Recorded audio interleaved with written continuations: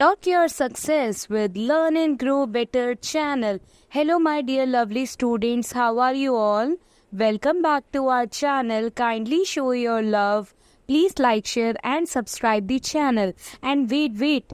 Don't forget to hit the bell icon so that you never miss any video. Let's get started. As you already know, हमने अपनी previous video में science का एक new chapter start कर दिया था. पता है ना कौन सा करा था? Yes, very well done. Chapter 10 respiration of organism. अच्छा, अब ये बताओ जरा, प्रीवियस वीडियो में हमने क्या पढ़ा था? जल्दी से बताना है, जल्दी से. अगर नहीं देखी वीडियो तो जल्दी से जाओ बेटा, पहले समझो कि प्रीवियस वीडियो में क्या पढ़ा था. अगर आप ऐसे टॉपिक्स को स्किप करोगे तो चैप्टर समझ में नहीं आएगा. तो बाद में डबल मेहनत करने की बजाय अभी ही क्यों ना अच्छे से मेहनत करें, ताकि इतना ज़्यादा हार्ड वर्क ना करना पड़े. हम स्मार्ट वर्क करेंगे. तो स्मार्ट वर्क के लिए आपको अपना डेली बेसिस पे जो वीडियोस अपलोड होती है चैप्टर से रिलेटेड, आपको ज़रूर समझना है और सीखना है. अगर किसी दिन स्किप हो जाती है तो प्रीवियस टॉपिक को पहले पढ़ो और फिर न्यू टॉपिक पे जंप करना है. तो ये बात आपको ध्यान रखनी है. प्रीवियस वीडियो में हमने रेस्पिरेशन यानी कि सेलुलर रेस्पिरेशन के बारे में समझा था. अगर वीडियो नहीं देखी तो जल्दी से समझना है उसे. और फिर आज की वीडियो में हम नेक्स्ट टॉपिक स्टार्ट करेंगे, that is types of respiration. ठीक है, रेस्पिरेशन प्रोसेस तो आपको क्लियर है. रेस्पिरेशन प्रोसेस में ब्रेकडाउन ऑफ ग्लूकोज होता है, जिसकी वजह से एनर्जी रिलीज होती है और उस एनर्जी को वो लिविंग ऑर्गेनिज्म अपने day to day life work के लिए यूज करता है, यानी कि यूटिलाइज करता है. अब रेस्पिरेशन कितने टाइप्स का होता है? क्या उनके भी एंड प्रोडक्ट में एनर्जी रिलीज होता है? क्या किसी एंड प्रोडक्ट में एनर्जी कम या ज्यादा रिलीज होती है? ये सारा कॉन्सेप्ट हम अपनी इस वीडियो में पढ़ेंगे. So are you ready to go? Let's get started. And one more thing, अगर अभी तक सब्सक्राइब नहीं करा तो जल्दी से जाना है और सब्सक्राइब भी करना है. और साथ ही साथ एक क्वेश्चन का भी आंसर बताओ जरा, सेल के कौन से ऑर्गन में ये रेस्पिरेशन प्रोसेस होता है? Part of cell organelle respiration process takes place. जल्दी से इसका आंसर बताना है. तो स्टार्ट करते हैं हम आज का अपना new topic, types of respiration. There are two types of respiration. The first one is aerobic respiration and the second one is anaerobic respiration. अब aerobic respiration में क्या होता है? प्रॉपर तरीके से ग्लूकोज का ब्रेकडाउन होता है और enormous amount of energy release होती है in the form of ATP. Yes. So अब ध्यान से देखो जरा. It is a type of cellular respiration that take place in the presence of oxygen to produce energy. In the presence of oxygen मतलब क्या anaerobic respiration में oxygen की presence नहीं होती, तब भी एनर्जी रिलीज होती है? पढ़ेंगे बेटा, एक एक कर कॉन्सेप्ट पढ़ेंगे, ध्यान से सुनना है.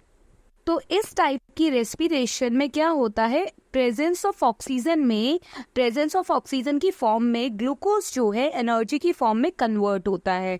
It is a continuous process that take place within the cells of animals and plants. तो एरोबिक रेस्पिरेशन कौन परफॉर्म करता है? एनिमल्स परफॉर्म करते हैं, प्लांट्स परफॉर्म करते हैं, और higher category animals that means human beings जो है वो भी एरोबिक रेस्पिरेशन परफॉर्म करते हैं. तो ग्लूकोज ऑक्सीजन के साथ कंबाइन करता है. अब ये ऑक्सीजन कहाँ से आई? Breathing process. Oxygen inhale, carbon dioxide exhale, जो हम सांस लेते हैं और सांस छोड़ते हैं उसे हम ब्रीदिंग प्रोसेस कहते हैं, जिसके थ्रू ऑक्सीजन जो है हमारे सेल के साथ मिक्स करती है. और सेल में ऑलरेडी प्रेजेंट क्या था? Yes, glucose. और ये ग्लूकोज ऑक्सीजन के साथ कंबाइन करता है, कार्बन डाइऑक्साइड रिलीज होता है, वाटर रिलीज होता है and energy in the form of ATP release होती है. एटीपी फुल फॉर्म क्या थी? Adenosine triphosphate. अब जो एनर्जी एरोबिक रेस्पिरेशन से रिलीज होती है वो बहुत ज़्यादा हाई अमाउंट में होती है, यानी कि enormous amount of energy release होती है, क्योंकि इस प्रोसेस में कंप्लीट ब्रेकडाउन ऑफ ग्लूकोज होता है, जिसकी वजह से एनर्जी का अमाउंट ज़्यादा होता है. बट अब अगर हम बात करें एनएरोबिक रेस्पिरेशन की, तो उसमें क्या होता है? एनएरोबिक रेस्पिरेशन में या तो ऑक्सीजन की प्रेजेंस ही नहीं होगी, that means absence of oxygen होगा, या ऑक्सीजन का अमाउंट बहुत ही कम होगा.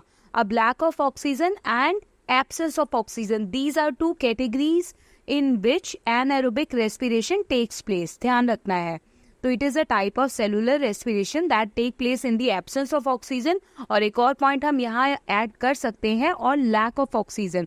तो एनर्जी इसमें भी प्रोड्यूस होती है, पर यहाँ पर एनर्जी जो है बहुत ही कम अमाउंट में प्रोड्यूस होती है, क्योंकि ऑक्सीजन का अमाउंट या तो कम है या तो बिल्कुल नहीं है।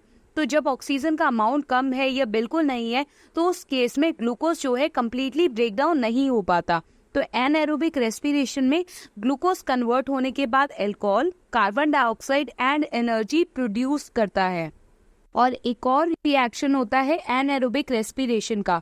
ये जो रिएक्शन हमने देखा, ये जो केमिकल इक्वेशन हमने देखी, ये एब्सेंस ऑफ ऑक्सीजन में हुई। यानी कि जब ग्लूकोज जो है एब्सेंस ऑफ ऑक्सीजन में क्या प्रोड्यूस करेगा, alcohol, carbon dioxide and energy produce करेगा।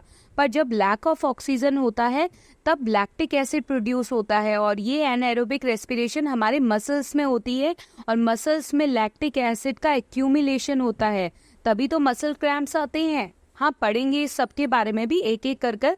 अभी के लिए आपको ध्यान रखना है, एनएरोबिक रेस्पिरेशन 2 टाइप की हो गई, या तो इन दी एब्सेंस ऑफ ऑक्सीजन और लैक ऑफ ऑक्सीजन।